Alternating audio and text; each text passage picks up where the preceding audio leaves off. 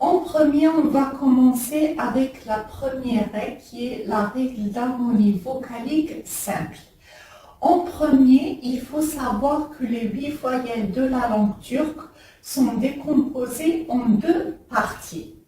Alors, il y a les voyelles dures, dites postérieures, et les voyelles douces, dites antérieures. Alors, les voyelles dures sont les A, E, O et le OU. Et les voyelles douces, dites antérieures aussi, sont les E, I, E et le U. Ces deux types de voyelles, il faut les retenir par cœur parce qu'ils sont très importants par la suite. Alors ici, je vais vous mettre une flèche A, ici, E. Je vais vous expliquer tout ça maintenant. Alors en premier, on va commencer avec le pluriel. Alors pour ce qui est du pluriel, pour exprimer le pluriel dans la langue turque, on ajoute ou bien l'ar ou bien l'er à la fin du mot. Mais quand est-ce qu'on utilise l'ar? Quand est-ce qu'on utilise l'er? Alors, on rajoute l'ar à la fin du mot quand la dernière voyelle du mot est une voyelle dure. Je répète, on utilise le suffixe lar à la fin du mot pour exprimer le pluriel quand la dernière voyelle du mot est une voyelle dure, c'est-à-dire ou bien A, ou bien E, ou bien O, ou bien O. Et on utilise le suffixe ler quand la dernière voyelle du mot est une voyelle douce, c'est-à-dire ou bien E, ou bien E, ou bien I, ou bien E, ou bien U. Bien sûr, on va étudier le pluriel dans une prochaine vidéo qui sera plus approfondie, où je vais vous donner plusieurs exemples sur le pluriel, etc. C'est juste que dans ce tableau, dans cette leçon, je vous ai mis un exemple en général pour que vous sachiez où on va utiliser cette règle. Maintenant, on va continuer avec l'infinitif. Alors, l'infinitif dans la langue turque, on utilise le suffixe ou bien mak ou bien mek. Par exemple, çalışmak, qui est travailler. Alors, on met le suffixe mak quand la dernière voyelle du mot est une voyelle dure. Et on utilise le suffixe mek quand la dernière voyelle du mot est une voyelle douce. C'est ça le concept, c'est ça la règle qu'il faut retenir. Il faut retenir qu'il y a deux types de voyelles dans la langue turque, c'est-à-dire les voyelles dures et les voyelles douces. Et il faut savoir quel suffixe utiliser pour chaque cas, par exemple pour le pluriel, l'infinitif, etc. Et par exemple, quand on va passer par la suite au pluriel, on va savoir qu'on va appliquer cette règle. Donc, maintenant, on va voir les cas. C'est quoi les cas? C'est-à-dire le locatif, l'ablatif et le datif. Alors, on va commencer avec ce A.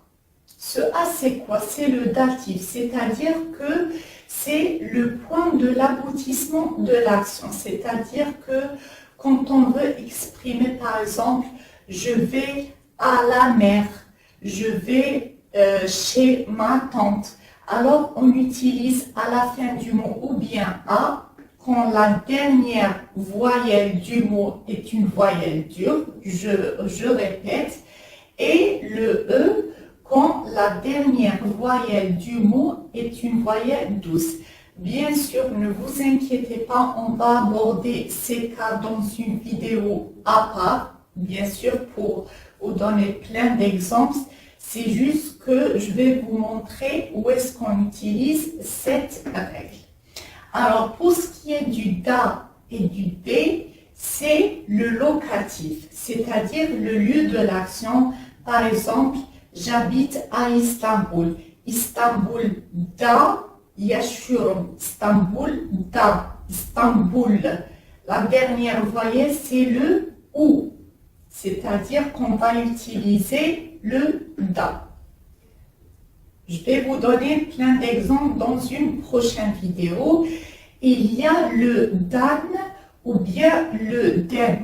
Ça, c'est l'ablatif, c'est-à-dire l'origine de l'action. Par exemple, je viens de la maison. Evden geliyorum. Par exemple, je vous dis, par exemple, en gros, on utilise le den ou bien le dan. Et qu'est-ce que ça veut dire? C'est-à-dire l'origine de l'action, c'est-à-dire je viens de. Alors, dans la langue turque, pour exprimer le terme avec, on utilise à la fin du mot ou bien la ou bien les. Pourquoi j'ai écrit ce y? C'est-à-dire que quand le mot se finit par une voyelle, on ajoute toujours le y. C'est ça. Par exemple, quand la dernière voyelle du mot est une voyelle dure, on utilise la.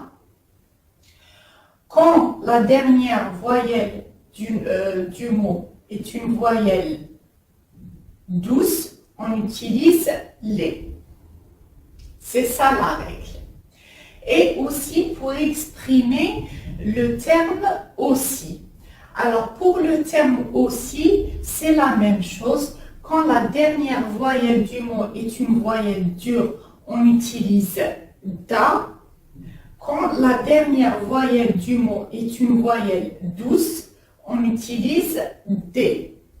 Mais bien sûr, comme je vous le répète à chaque moment, on va voir chaque terme dans une vidéo bien précise où je vais vous donner plein d'exemples. C'est-à-dire que dans ce cours, je veux juste que vous appreniez cette règle, c'est-à-dire les deux types de voyelles et où est-ce qu'on utilise cette règle. On utilise pour former le pluriel, l'infinitif, on utilise dans les cas, par exemple, locatif, l'ablatif, le datif, etc., pour former le terme avec et former le terme aussi. Alors ici, pourquoi j'ai écrit le A et le E? Pourquoi? Parce que ici, quand on a le mot qui se termine avec une voyelle dure, on utilise toujours le A comme vous le voyez. Le A. A. A. Pour que vous compreniez cette règle un peu plus rapidement, par exemple. Et quand il y a une voyelle douce à la fin du mot, alors on utilise le E, comme vous le voyez. E ici dans le pluriel, dans l'infinitif, dans le locatif, etc., dans le terme avec et aussi. C'est pour ça que je vous ai mis le A et le E, c'est-à-dire que, en gros, on les utilise pour former les suffixes, mais il faut savoir que pour chaque cas, par exemple, pour le pluriel, c'est ou bien la ou bien l'air, pour l'infinitif, ou bien mac ou bien mec, pour les cas, etc., c'est a, da, dan. Je vais vous expliquer tout ça par la suite, bien sûr. Pour formuler le terme avec ou bien la ou bien les avec un y si le mot se termine avec une voyelle. Et pour formuler le terme aussi ou bien da ou bien des séparés du mot. Alors maintenant, on a vu la première règle, on va passer à la deuxième règle. Alors maintenant, on va aborder la deuxième règle qui est le système complexe. La première règle qu'on a vue est le système simple et cette règle est le système complexe. Alors pour ce qui est de cette règle, il faut apprendre par cœur ces 4 cas que vous voyez maintenant sur le tableau. Alors, ces 4 voyelles ici, le E, I, A et le E, dans ce système complexe, ils sont appelés les voyelles non arrondies ou bien les voyelles étirées. Et le E, U, O et le OU, dans le système complexe, ils sont appelés les voyelles arrondies. Les voyelles non arrondies ou bien les voyelles étirées et les voyelles arrondies. Alors, on utilise cette règle, par exemple, dans l'interrogatif. L'interrogatif, il faut que vous suiviez cette règle. Bien sûr, on va aborder l'interrogatif dans une prochaine leçon. Je ne vais pas mettre beaucoup d'exemples dans cette leçon, juste je veux que vous appreniez cette règle par cœur. Quand on abordera l'interrogatif, ça sera plus facile pour vous d'apprendre ce cas. Donc, et aussi, on a déjà appliqué cette règle dans une leçon précédente. Alors, on a appliqué cette règle dans la leçon des nombres. Si vous vous souvenez, dans la leçon des nombres, je vous ai mis comment on dit premier, deuxième, troisième, quatrième, etc. Alors ici, je vais vous expliquer pourquoi.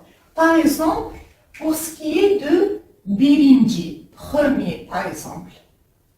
Alors, bir c'est 1. Alors ici, la dernière voyelle du mot est le I, comme vous le voyez. Donc, pour la terminaison du mot premier, birinci, on utilise le I, par exemple, parce que la dernière voyelle du mot est le I. Par exemple, pour ce qui est de troisième, üç. La dernière, ici c'est la dernière voyelle, c'est la première et la dernière voyelle du mot et le U. Le U, on utilise le U pour la terminaison. U, tu, du. C'est ça là, c'est cette règle qu'on a appliquée pour ce qui est de définir, comme on dit, premier, troisième, quatrième, etc.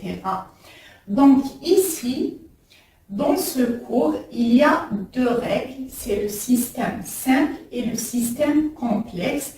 Et dans ce système complexe, je vous conseille de bien retenir ces 4 cas parce que quand on va étudier l'interrogatif, on va revenir sur ces cas.